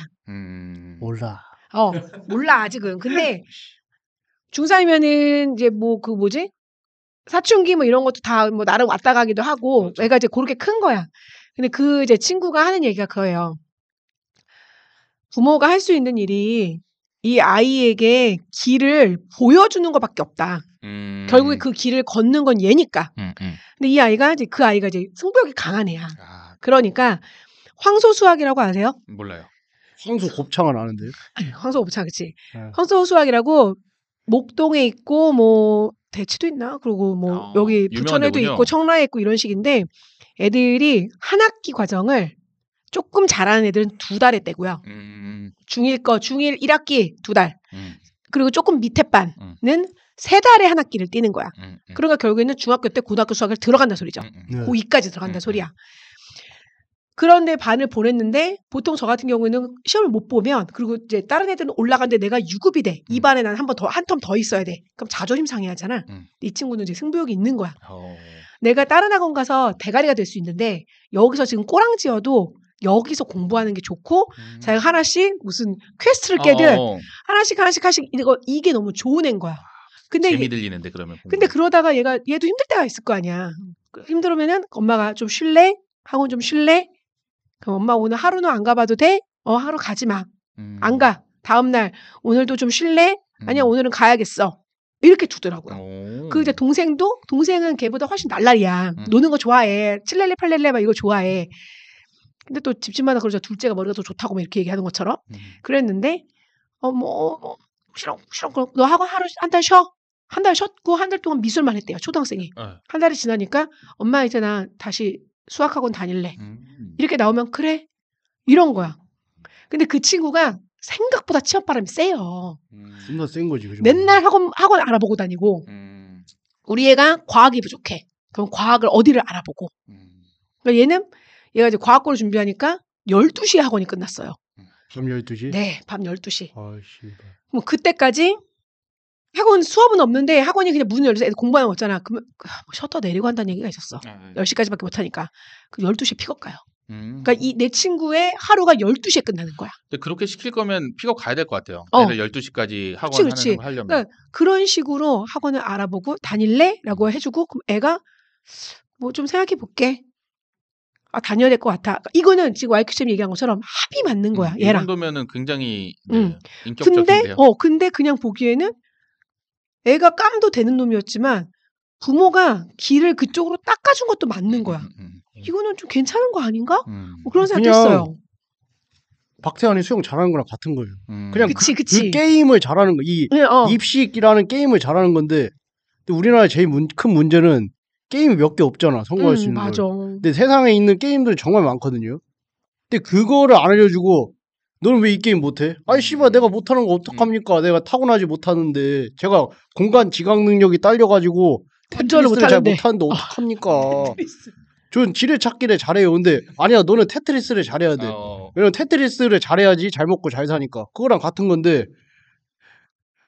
근데 YQ쌤이 얘기하는 거는 너무 잘 알겠지만 그게 부모 하나가 되는 게 쉽지가 않은 게 부모는 이 아이가 봤더니 공부에 재능이 없어. 제가 송지연이 그냥 그것도 부모 욕심인 거야. 애가 뭐 의사가 되고 변호사가 되고 변리사가 되고. 아니 그러니까 나는 포기를 할 수 있다고. 송지연이 달리기를 못하기 때문에 내 아이가 달리기를 못해도 되고 공부를 그래 너가 공부에 재능이 없구나. 내가 달리기에 재능이 없는 것처럼 하겠는데 이 사회가 애들의 자존감이 성적으로 매겨진다는 게 문제인 거야. 우리 애미애비가 그렇게 키워도 얘가 학교를 가면 성적으로 나래비가 되니까 주변에 보면 거기서 부모의 역할은 성적 말고도 다른 자존감을 키울 수 있다. 그거를 알려주는 게 부모의 역할이라고. 그 성적으로 애들 자존감 너 높아져야 그 규칙을 그대로 따라가는 게 아니라 잘할 수 있어. 그러면 그 규칙 똑같이 따라가면 부모가 왜 있어? 그래 이거잖아. 애가 우리 학교에서 자꾸 하는데 공부를 못해. 그래서 애들이 공부 못한다고 하고 뭐 다른 애들이 친구네 집에 갔더니 넌 몇 등 하니? 아 그래? 라고 하더니 갑자기 걔가 나랑 좀 덜 놀아. 그럴 수 있잖아. 왜? 제 친구가 그거예요. 그래? 그럼 뭐 여기 엄마 나 지연이랑 여기 어디 갈 거야. 아 그래? 그럼 지연이는 공부 잘해? 다 이렇게 물어 내 친구들도. 저 사실 왜 이렇게 제가 이 주제에 대해서 화가 많이 나고 목소리가 커지냐면 저는 분당에서 크고 자랐어요. 분당이면 강남이랑 해가지고 거의 막 치마 토네이도가 부는데 여기는 예, 거의 뭐 카테고리 4에 토네이도가 부는 데인데 그러니까 그런 데서 크고 자라다 보니까 저는 그러니까 이 게임에서 전 나고자예요. 왜냐면 나 이 게임 중간에 수능 그리고 공부 꽤나 했는데 그냥 수능 안 본다고 하고 접고 그 다음에 완전 인생이 많이 달라졌죠. 제 친구들 중에 뭐 지금 대기업 다니거나 뭐 좋은 그런 소위 말하는 스카이 나가서 대기업 다니는 애들 많아요. 근데 저는 완전히 다른 인생을 살다 보니까 근데 거기서 나는 경험을 한 거지. 아 이게 진짜 약간 매트릭스구나. 결국 이 세계만 전부가 아니구나. 그걸 거기서 그 게임에서 나와 보니까 알게 된 거지. 근데 저도 알아요. 당연히 이 게임에서 나오기가 정말 힘들어. 네. 저것도 재능이야. 맞아요. 당신이 그 게임에서 나올 수 있는 빨간 약을 먹은 것도 재능이에요. 빨강 파란색 빨강이야? 그 매트릭스 보면 알겠지만 먹은 사람들이 더 힘들잖아. 현실 세계에서 그렇지. 굉장히 그 로봇들이 지배를 이겨내면서 사는 게 힘든 것처럼. 죽 먹고 있고 막. 아무튼 그래서 그런 것 같아요. 저도 공감을 가요. 그러니까 저는 어렸을 때 학원을 엄청 다녔거든요. 초등학교 저학년 때. 그러니까 한 진짜 막 6개 다니고 근데 어머니가 지금도 얘기하지만 본인은 어렸을 때 배우지 못하는 한이 있어서 너네 학원을 다 보냈대. 막 웅변학원, 피아노 학원, 뭐 수학학원 막 다 보낸 거예요. 근데 뭐 그때 뭐 수영도 하고 막 학기도 하고 막 했었는데 그러다가 그렇지만 저희 어머니는 그냥 그 정도까지 해주시고 가장 중요한 거는 이게 정서적 지지를 제일 많이 해주셨어요. 그래서 중학교 때까지는 꽤 솔찬히 공부를 하다가 이제 저희 아버지가 고1 정도 이렇게 돌아가시고 그냥 제가 생각하기에 저희 집이 잘 살지 않아요. 저는 은평구에서도 잘 못 사는 동네에 살아서 그냥 어머니도 힘들고 우리 집도 힘든데 내가 학원을 다니면 학원비가 많이 들 거고 우리 집 힘들 거고 하고 해서 학원을 안 다녔어요. 고등학교 내내. 그러니까 당연히 공부를 할 수가 없는데 성적도 늘 바닥이고 근데 어머니는 한번 그런 막 야 너는 성적이 이게 뭐냐면서 뭐라 하시진 않았어요.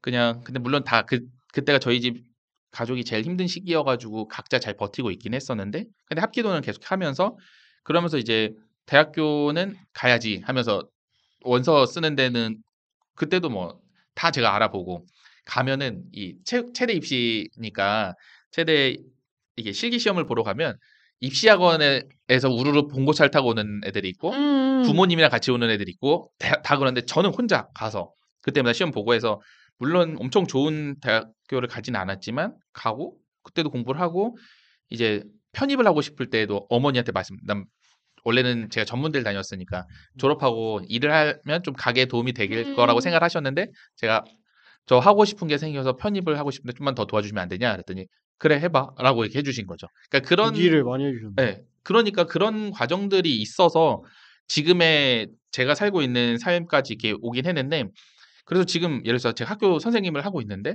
고등학교 때 친구들을 만나면 깜짝깜짝 놀래요. 네가 그러지. 그러니까 그때는 우리가 계속 얘기하는 것은 입시 경쟁 그때 저 고등학교 때 싸이월드가 한창 유행이었는데 그런 짤이 있었어요. 저희가 등급이 9등급까지 있잖아요. 그래서 1, 2, 3등급은 치킨을 시켜 먹고 4, 5, 6등급은 치킨을 배달하고 7, 8, 9등급은 치킨을 튀긴다. 뭐 이런 그 사진이 엄청 돌았었어요. 그렇지. 그러니까 뭐 공부 열심히 하자 이런 짤이었는데 그때 저는 뭐 8, 9등급이었으니까 물론 제가 치킨을 튀기는 선생님들을 뭐 이렇게 그런 건 아니지 비하는 건 아니지만 그러니까 사회에서 어떻게 했을 때 그렇다. 그러니까 다들 그런 마음을 공부를 하니까 공부를 안 하는 저를 얼마나 한심하게 생각을 했겠어요. 하지만 그 이후에 살아가는 데 있어서는 그 와이프님 말씀하신 것처럼 매트릭스 나와가지고 다른 세상도 분명히 존재하는데 네, 이 입시 경쟁이라는 게 그런 것들을 좀 계속 약간 이 경주마 눈 가리게 하는 앞만 보게 하는 거 그런 거죠. 부모들도 불안하고 내 애가 여기 공부를 못하면은 이 사회에서 이렇게 뒤처질 것 같은 그런 마음들이 함께 있지 않을까 싶어요. 근데 그 게임에서 뒤처지는 건 맞죠. 뒤처지는 건 맞는데 그렇다고 해서 이 행복하지 않는 삶을 살 것이냐는 또 별개의 문제라고 봐요. 그러니까 그거를 좀 근데 쉽지 않은 문제긴 한데. 저는 아이가 있으면은 행복하게 살으라고 얘기하는 것보다는 감사하며 살자라고 되게 가르쳐주고 싶은 것 같아. 왜냐면 생각보다 인생 행복하지 않거든. 왜냐면 행복하지 않는 순간에 그러면 하나님이 나를 안 돌보시는 것 같고 그렇죠. 나와 멀리 있는 것 같고 내게 고난 아니라고. 행복은 원래 인생은 행복한 게 드물어. 행복한 게 드문데 그냥 행복이지. 감사하게 사는 거. 맞아. 그러니까 행복인 건데. 두 번째 질문 주신 것도 너무 웃겼어요. 하나님이 우리에게 고난을 종종 주시는 것도 치맛바람일까요? 생각해보면 약간 그런 것 같아. 제가 이제 우리 교회도 이제 다니엘 기도회 뭐 이런 거 하는 사람인데 저는 이제 잘 보지 않아요. 네. 간증을 안 좋아하거든. 근데 제가 이제 좋아하는 바르뎀을 많이 닮으신 권호중 집사님이 나오셔서 간증을 하는 네네네. 거기 이제 아이가 많이 아프잖아요. 안 아파요. 그냥 장애가 있는 거예요. 그래, 장애가 있구나. 네. 근데 고난에 대해서 이제 간증을 하는 게 느낌이 그런 거야.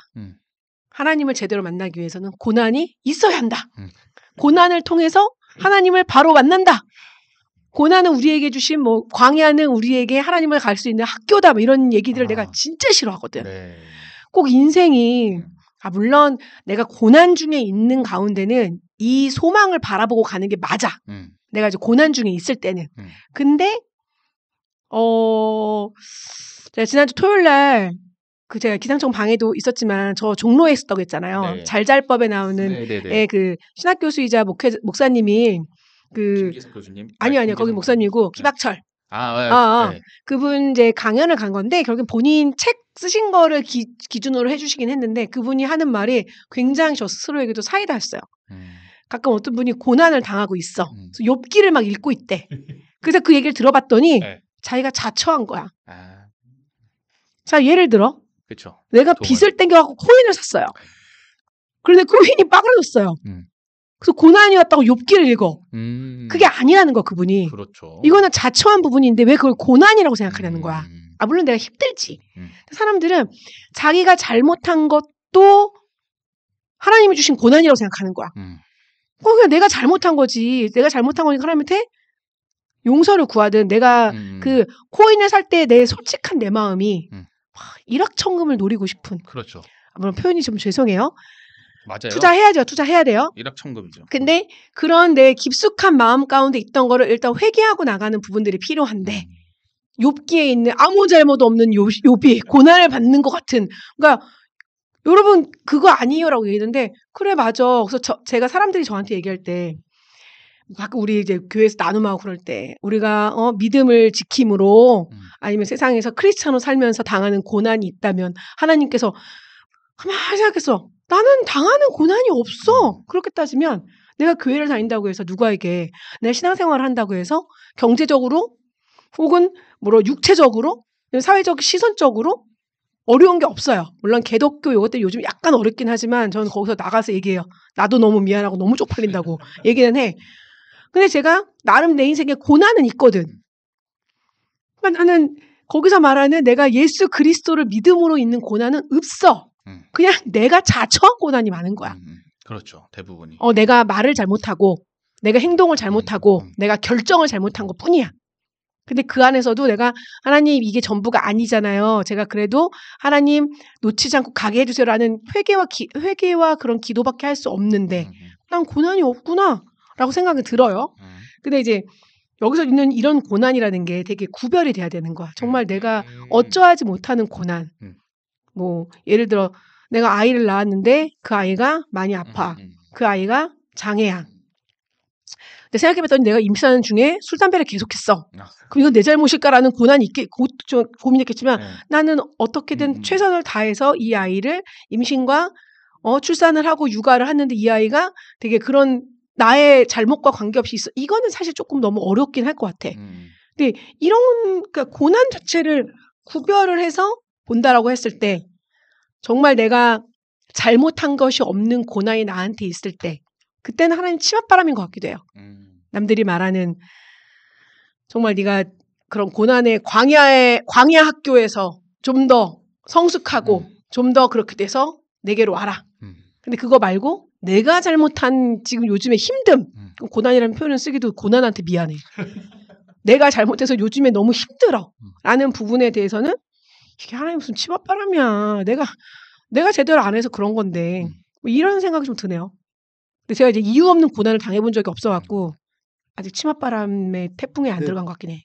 저도 뭐 성누님의 의견에 동의하고요. 그러니까 약간 비율로 따지면 한 9할 이상 다 내 업보고 내 선택. 그러니까 그게 업보적인 기독교 송구를 해야 되나요? 외적인 부분에선 그러니까 항상 제가 요새 생각 굉장히 제 요새 화두 중에 하나가 그런 카르마나 업보에 대해 생각을 하고 있어요. 근데 그걸 기독교 외적으로 표현하는 건 카르마나 업보라고 하고 기독교로 표현하는 그게 하나님의 뜻이고 뭐 그 고난이고 십자가다 뭐 쓴뿌리 그런 식으로 표현을 한다고 저는 생각을 하는데 9할은 그렇다. 근데 1할은 천재지변이라든지 사고라든지 뭐 유전된 뭐 질병 그런 거는 재난 그런 거는 진짜 뭐 근데 그것도 하나님의 치맛바람이라고 하면 그거 역시 그냥 이 우주의 법 결국에 예상치 못한 뭐 어떤 것 때문에 일어난 거잖아요. 법칙 때문에. 근데 뭐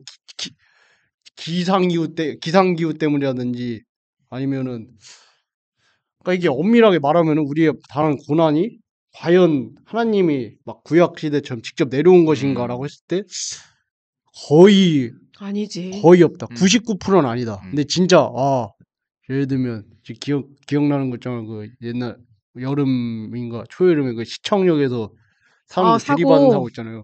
그런 거는 이거는 좀 모르겠다. 네, 이건 물음표. 근데 하나님이 직접 줬다? 라는 건 모르겠다. 대부분은 자초한 거거나 인간이 만든 거다. 인재다, 라고 생각을 하는 거죠. 예. 챕터 4 마지막입니다. 준호는 수영을 그만두고 방황하는 모습을 보입니다. 몰래 밤에 체육센터 수영장에 가서 수영을 하다 걸린다던가 잠을 자고 멍하니 있는 모습을 보여줍니다. 그 장면도 딱 봤는데 지하철이 지상으로 해가지고 이렇게 가는 거예요. 그래서 은평구의 그런 지역은 지축역 쪽인데 부파발에서 지축역 지나가는 그렇게 지도에 자꾸 점을 찍네. 그 9단지 뭐 8단지 쪽인가 뭐 이런 걸 보면서 봤고요. 그러다가 갑자기 준호는 낮술을 먹고 있는 광수를 찾아갑니다. 아빠가 체벌하지 않는다면 수영을 계속 배워도 좋다고 했대요. 그러니까 본인도 그 사람한테 배우고 싶은 거죠. 왜냐면 그 사람한테 배웠을 때 2등을 했으니까 요청을 하죠. 근데 그 말을 들은 광수는 뭐 준호 아빠, 네 아빠한테 전화해라 뭐 해가지고 전화한 다음에 네 아들이 뭐 때려서라도 가르쳐달래 어쩔 거냐면서 뭐 그러다가 나중에 1등 되고 나한테 절할 준비나 해라 하면서 끊었어요. 그리고 나서 준호에게 1등하고 싶은 마음이 있었냐면서 넌 눈빛에 승벽이 없다. 그리고 너희 엄마가 수영했으면 잘했을 거라고 비아냥대죠. 마지막으로 예언 하나 한다면 혼자 수영하면 너 1등 할 거다 라고 말한 후에 오토바이를 타고 음주운전하며 사라집니다. 그 머리 알죠? 헬멧도 쓰고 턱끈도 안 하고 저러다 가는 거거든요 사실. 그리고 준호는 1등을 합니다. 네.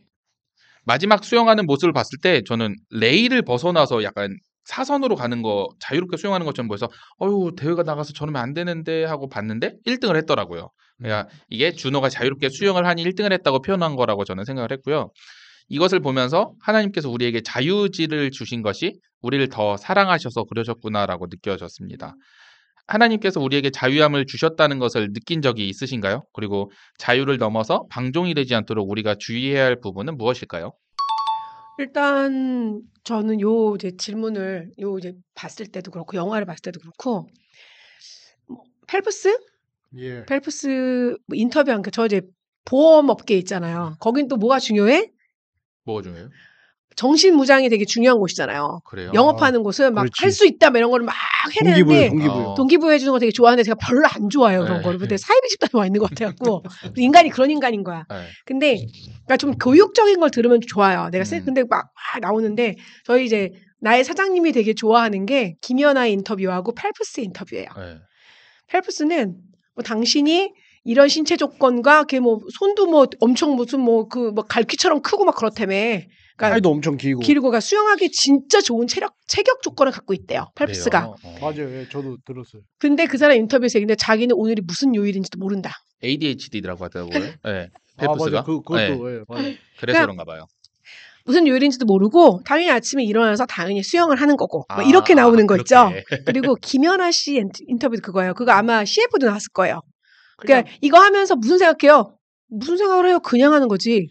이런 거 있잖아. 근데 저처럼 제가 이제 MBTI로 따지면 중간에가 두 번째 게 N이에요. 네. N이 거의 극을 찍어요. 거의 만점에 가까운 N이거든. 보여요. 계속 생각하는 거. 저는 사고 자체가 꼬꼬무거든, 꼬꼬무. 그러다 보니까, 그런 사람들이 성공하는 거였는데, 여기 나오는 우리 아들 이름 뭐야? 준호가 약간 나처럼 생각이 좀 있는 애인가? 이런 생각 있잖아. 그러니까 1등을 하겠다가 중요한 게 아니고, 그냥 내가 좋아하는 거를 하고 싶다가 좀 강한 아이. 그러니까 수영을 좋아한다고 했으니까. 그러니까 수영하다 다른 데로 도망가기도 하고 뭐 4등에도 해대고 웃고 이런 거. 그러니까 걔한테는 근데 꼭 1등을 닥치고 해갖고 1등에 이게 안 들어오는 거야 귓대기에. 그렇죠. 제가 김연아 씨를 싫어하는 게 아닙니다. 되게 좋아해요. 그리고 천주교에서 기독교로 넘어왔으면 좋겠다는 마음도 있어요. 아무튼 아니 또 김연아 분 꼬꼬무긴 하네. 팬이 있을 수 있으니까. 그래서 저렇게 자유롭게 함으로써 우리가 흔히 뭐 좋아하는 거를 뭐 잘하는 게 뭐 인륜이 뭐 이런 할 때 또 우리 서장훈이 얘기했어. 네. 좋아하는 걸 잘하는 게 어딨어. 그냥 하는 거지. 좋아하는 것도 하다 보면 싫어져. 즐기기만 하면 여기서 할 수 없다고. 싫어질 때까지 해야 되는 건 맞는 것처럼. 근데 이제 하나님이 우리한테 이제 자유함을 주셨다라는 게 꼭 여기서 내가 자유롭게 수용한다라기보다 내가 어떤 것을 좋아하고 그리고 좋아하는 것을 잘하고 싶어하는 이 마음도 우리에게 주신 허락한 마음인 거고. 그냥 저는 좋아하는 게 많지만 잘하고 싶지 않은 것도 되게 많아요. 뭐요? 전 대부분 되게 잘하고 싶은 게 없어요. 저 진짜 승부욕이 없는 사람이야. 네. 그래서 제가 영업계 안 맞는 인간이라니까 나는. 막 오래 하셨잖아. 네, 그러게 10년 했어요. 그러니까. 그러니까 그거야. 여기서 1등을 못했으니 난 다른 업을 해야겠어라는 마음도 없는 거야. 그냥 내가 있는 곳에서 사람들이 이렇게 시간도 뺏어 놀 수 있고, 이렇게 자유롭게 움직일 수도 있고, 저를 통해서 제가 되게 많은 사람을 연결해주는 사람 되게 많고, 저로 인해서 오래된 사람들의 소식을 계속 알게 되는 경우도 있고, 왜냐면 제가 이 업에 있으니까 연락이 오는 것도 있으니까. 근데 그것도 즐거워하는 거거든. 그러니까 하나님이 자유의지를 줬다는 게 그냥 내가 뭐 남들이 말하는 자유롭다가 아니라 내가 어떤 거를 좋아하는 것도, 그 좋아하는 거를 잘하고 싶든 잘하고 싶지 않든, 그리고 싫지만 내가 저거를 잘하고 싶은 마음이 들 수 있는 것도 있잖아. 이런 것들까지도 그냥 다 열어서 그래 라고 얘기해 주시는 게 너무 좋은 거야. 제가 이 자유지에 대해서 되게 많이 고민할 때 그거였어요. 하나님이 지연이 몸 상태를 봤을 때 지연이는 오늘 청국장을 먹어야 돼. 근데 이놈의 기집애가 자꾸 짜장면을 먹겠대. 하나님이 야 짜장면 아니고 청국장이야 라고 하실 분이 아니야. 그래 우리 지연이 오늘 짜장면 먹고 싶구나. 근데 짜장면 먹으면 속은 조금 안 좋을 거야. 근데 먹었겠지 내가. 먹고 소화가 안 돼서 소화제를 또 털어 넣을 수도 있겠지만 하나님은 내가 청국장을 먹든 짜장면을 먹든 나와 함께하는 거를 원하시는구나라는 게 있지만 그래도 내가 하나님의 마음을 더 잘 알아차리는 사람이었으면 좋겠다는 생각이 있었어요.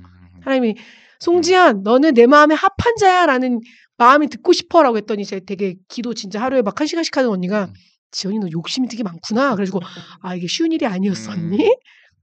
그런 생각 들었거든요. 이것도 나에게 허락하신 마음인 거지.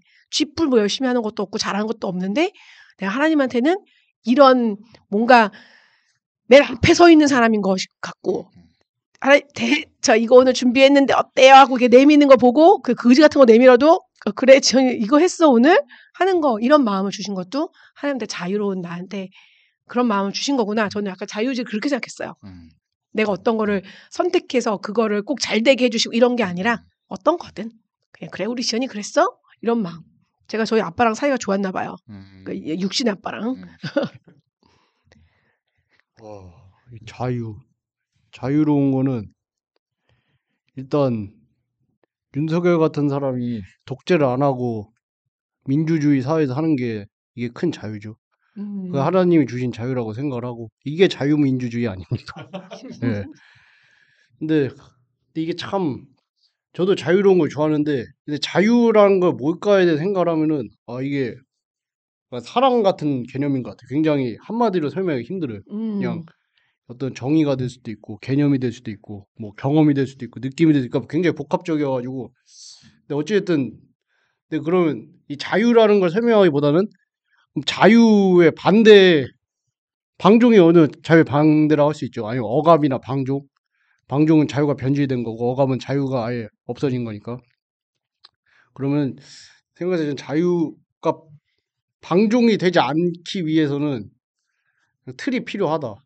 그리고 어느 정도 바운더리가 없으면은 이게 그럼 너무 그냥 끝까지 갈 수도 있는 거야. 극단적으로까지. 그래서 막 예를 들면 너무 막 난교 파티라든지 지금 생각나는 게 그게 생각나네 갑자기. 방종이지 방종. 그게 자유롭게 맘대로. 그렇지. 자유롭게 섹스를 하는데 뭐 정해진 파트너 안 하고 그냥 눈에 보이는 동물들도 그렇게 안 하잖아. 근데 그게 생각이 났고 그리고 그렇지 않으려면 그 틀이 필요한 거고 최소한의 그 뭐 규칙이라든지 그런 게 뭐 나만의 규칙이라든지 법을 지킨 법과 제도가 그래서 필요한 거고 그 안에서의 자유가 진짜 자유다. 책임 있는 자유. 그리고 또 자유 같은 경우엔 뭔 얘기하려고 했지? 예. 어떤 그게 그리고 송지민님이 얘기하셨는데 그러니까 그 김연아나 펠프스나 서장훈이나 그런 사람들 있잖아요. 그러니까 그 사람 잘하는 사람들이잖아. 근데 모두가 잘할 필요는 없다고 생각하거든요. 근데 다만 잘하려면 그렇게 해야 되는 건 맞아요. 네, 저도 그런 스타일이거든요. 약간 뭐 근데 그게 약간 그 사람들은 숨 쉬는 거랑 같은 거예요. 저도 예를 들면 아침마다 일어나서 큐티를 하고 뭐 말씀을 듣고 그렇게 하는데 그게 그런 느낌이야. 마치 음식을 먹고 자기 전에 이빨 안 닦으면 찝찝한 것처럼 그걸 그 시간에 안 하면 굉장히 찝찝해요. 그러니까 굉장히 저는 그래도 어떻게 보면 병 같은 걸 수 있지. 왜냐면 이게 인이 박혀 있으니까 내가 그 시간에 이걸 안 하면은 너무 마음이 불편한 거예요. 그걸 안 하는 걸 결정하는 내가 너무 멋있는데 나는. YQ채님도 근데 하잖아요. 매일 같은 시간에. 그래서 저는 그 사람들이 무슨 얘기를 하는지 알 것 같아요. 그냥 하는 거예요. 하기 싫은데 내 몸이 움직여. 그리고 왜냐면 계속 해왔으니까. 그리고 이거 안 하면 내 마음이 더 불편할 걸 알기 때문에 힘들고 지치고 짜증나고 귀찮더라도 하는 게 나은 거야. 어찌됐든. 왜냐면 저도 그 성취욕 같은 게 굉장히 강하거든요. 경쟁 승부욕은 많이 없어. 근데 성취욕은 굉장히 강해요. 좋네. 그래서 그래. 이게 다른 거다 맞아. 저 자신과의 예를 들면 저는 뭐 남들보다 잘나가고 싶다 그런 거라기보다는 내가 어떤 목표를 정했을 때 그거를 어떻게든 해내야 돼요. 그거에 대한 집념은 있어요. 그래서 제가 그런 막 긴 드라마 같은 것도 뭐 몇 달이 걸리든 몇 년이 걸리든 다 보고 긴 책 같은 것도 뭐 예를 들면 옛날에 그 대망이라는 소설이 있어요. 일본 소설. 그게 엄청 긴데 그것도 다 읽고 그런 게 약간 성취욕이 있는 거죠. 저렇게 따지면 나도 있어. 있어요? 그럼. 다 사람마다 있겠죠. 난 정도. 주일 예배를 빠지지 않는다가 나한테 굉장히 중요한 거예요. 그렇지. 내가 마지막으로 갖고 있는 마지노선 있는 거. 이건 찝찝함의 문제. 물론 한 번 안 나갔다고 해서 우리가 뭐 지옥 가는 거 아니잖아. 근데 그냥 약간 찝찝한 거지. 정해져 있는 거야. 그리고 루틴이지. 설거지를 새벽 2시에도 해요. 맞아요. 깨끗한 게 좋아요. 어제 친구 집 들여왔는데 그 친구도 막 하다가 중간에 가가지고 설거지 하더라고. 그래서 저 친구 저런 스타일인 거니까. 그리고 진짜 긴급한 게 아니면 책상을 좀 깨끗하게 왜냐면 들어가실 때 깨끗한 게 좋으니까. 그렇지. 근데 이게 몇 개 없어. 근데 그게 그런 저는 그런 게 굉장히 많고 그 루틴이 그러니까 그게 정도의 차이지 사람마다 다 그런 부분들이 있을 거예요. 근데 그게 뭐 업무적으로 그렇게 성과가 나오면은 그쪽으로 성공하는 거고. 되는 거고 뭐 그냥 개인적인 거다 그러면 뭐 저처럼 사는 거고 아니면 그냥 송시민처럼 그렇게 한두 가지 이렇게 해서 사는 사람도 있고 그러니까 뭐 어떤 게 우월의 차이가 아니라 그거 역시 자유로운 거지. 그래서 저는 아무것도 없어요. 승부욕도 없고 성취욕도 없어요. 아니요, 이분 이렇게 이 힘든 와중에 지금 아기도 있고 그래서 이렇게 막 우리가 멀리 YQ채님 집에도 한번 가고 여기 네네. 부평도 와야 되고 그럼 사실 두 분도 되게 멀리서 오는 거잖아요. 그렇죠. 근데 나는 이제 혼자긴 하고 뭐 네. 별로 우리 강아지 혼자 있긴 하지만 집에 그런 게 문제되지 않는데 이 미곰님도 여기서 보기에 제일 빡세거든 지금 상황이. 빡세죠. 제일 빡세. 왜냐면은 아내가 토요일도 일을 해야 되고 네, 그렇죠. 뭐 이런 빡센 가운데 있어. 근데 이걸 끝까지 하다 보면은 이거에 되게 성취감이 있나 봐. 저는 책도 쓰고 막. 요 질문에서 자유를 넘어 방종이 되지 않도록 우리가 주의해야 될 부분이라고 요거의 답변이 그거예요. 공동체를 이루는 게 되게 중요하다라고 생각을 하거든요. 거기에 성취감 있는 거야. 아니 근데 이게 그렇지. 공동체가 예를 들어서 기상청을 매 시즌 할 때마다 이걸 언제까지 해야 될까라는 고민이 막 빠졌고 사실 지난 시즌 끝나고 이제 다음 시즌은 하기가 어렵겠구나라고 생각을 했었는데 우리 내부에서는 뭐 송치미님은 끊임없이 계속 하자는 얘기를 말씀을 많이 하셨는데 YQ차님이 갑자기 의욕을 갖고 막 이야기를 하시고 근데 저는 말씀하신 것처럼 뭐 아기도 있고 와이프가 그러고 시간적으로 했는데 그치. 와이프도 제가 기상청을 꼭 했으면 좋겠다라는 거예요. 하나를 주고 셋을 받으려는 마음 아닐까. 그래서 그래? 아니 저는 사실 집이 제일 걱정이 돼가지고 어렵지 않을까 싶었는데 그 당사자가 그렇게 얘기를 하니까 그래? 그러면은 다들 이렇게 원하는데 할까? 막 이런 생각이 그리고 막상 하면 그래도 그거에 대한 롤은 해야 된다라는 생각이 있으니까 책임감이. 내가 매달려서 한 것 같잖아. 아니요 그런 거 아니에요. 그러니까, 다 세 명이 다 얘기를 했대잖아. 그러니까. 그러니까 그 감토욕이 있다고 말씀을 하셨지만 사실 요것도 부탁을 해서 계속 하게 되는 것도 있거든요. 뭐 동대표도 그게 뭐 의결 종족수 이런 게 있어야 되는데 저희 동에 계속 안 나오니까 뭐 좀 해달라고 이렇게 해서 한 거고. 때를 맨 거네. 네, 감사 같은 경우에도 이번에는 뭐 후보가 여러 명이 나오긴 했는데 그 어쨌든 그 동대표들 안에서 임원 같은 거거든요. 회장 다음에 뭐 감사, 이사 뭐 이런 것들이어가지고 근데 이게 어떤 특정의 인물들 때문에 자꾸 이런 게 하니까 거기도 약간 자리를 누가 앉느냐가 되게 중요하더라고요. 근데 제가 나이가 그 중에 개 어려요, 진짜. 그 동대표들 중에서. 아무래도 나이대가 5, 60대 넘어가잖아. 70대 막 80대 막 이렇게 어이구야. 계시거든요. 그러니까 이제 젊은 사람이 나오면은 하니까 하시는 게 좋을 것 같다라고 이렇게 막 관리사무소에서도 막 이렇게 얘기를 하고 해서 하는 거지. 그러니까 그러다 보니까 약간 저희 와이프도 그래요. 감투욕이 있다고 하지만 저는 보통은 이게 그 관계 중심의 이런 걸 되게 중요하게 생각해서 주변 사람들의 의견이 되게 중요하거든요. 근데 이 공동체 기상청도 이 기상청 공동체가 잘 이루어져 있기 때문에 이어갈 수 있는 것 같아서 네 감사합니다. 공동체 중심. 네. 오늘 방송을 듣고 청취자님들의 생각은 어떠신지 궁금합니다. 댓글이나 오픈 카톡방을 이용해서 많은 의견 부탁드립니다. 저희가 음질이 너무 구려서 그런지 댓글을 안 달아주시더라고요. 잘 못 들어서 그런지 저번에 좀 심하긴 했어. 나도 들어봤는데. 네 많이 달아주시면 감사하겠습니다. 감사합니다. 이제 방송을 마치려고 하는데요. 4등이라는 영화에 대해 이야기해본 소감은 어떠신가요? 굉장히 뭐 한국의 체벌이라든지 그런 교육열이라든지 그런 거에 대해서 전반적으로 다 얘기할 수 있어가지고 좋았습니다. 예, 뜻깊었습니다. 네, 뭐 살면서 절대로 볼 것 같지 않았던 영화를 이렇게 또 보게 되고 그래서 좀 생각하게 된 저는 체벌도 대물림처럼 된다라는 거를 활자로만 봤던 거야. 활자로만. 내가 뭐 애를 키우는 것도 아니고 잘 몰랐는데 영화에서 그런 거가 물론 연출된 부분이지만 너무 이렇게 봤는데 너무 슬픈 거예요, 마음이. 그래 이게 저거구나. 그래서 부모가 내 엄마가 내가 맞은 걸 알면서 큰 그 남자가 와이프와 아내를 때린다도 난 인간은 저럴 수 없어 라고 느꼈거든. 근데 이게 저렇게 되는 거구나 라는 생각이 드는 뭐 그런 시간도 좀 가진 것 같아요. 네, 오늘은 영화 4등을 통해 우리나라의 입시 과열로 인한 심합바람이 아이들에게 어떤 영향을 미치는지 조금 느낄 수 있었던 것 같고요. 그리고 체벌에 대한 이야기를 오늘 좀 많이 했는데 누군가는 이 체벌 절대 안 돼. 누군가는 뭐 체벌이 필요해 하면서 각자의 생각이 좀 다를 수 있는 영역이어서 더 이야기가 길어졌던 것 같아요. 부모의 교육이 필요해. 네, 그렇습니다. 체벌 관련 주요 연구들은 필요하시면 출처를 보내드리겠습니다. 예, 감사합니다. 네, 하나님께서 우리에게 주신 자유함을 더 생각해보는 시간이 된 것 같습니다. 오늘 방송도 들어주신 청취자님들 감사합니다. 내일 말고 오늘 행복하세요. 안녕.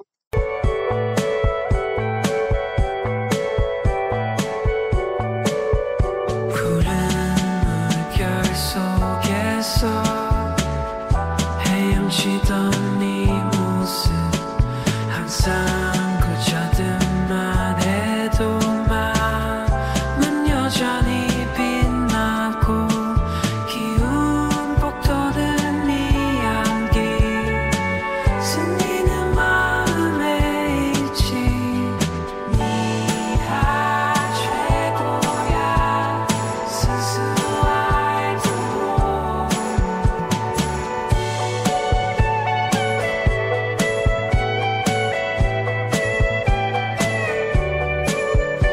진짜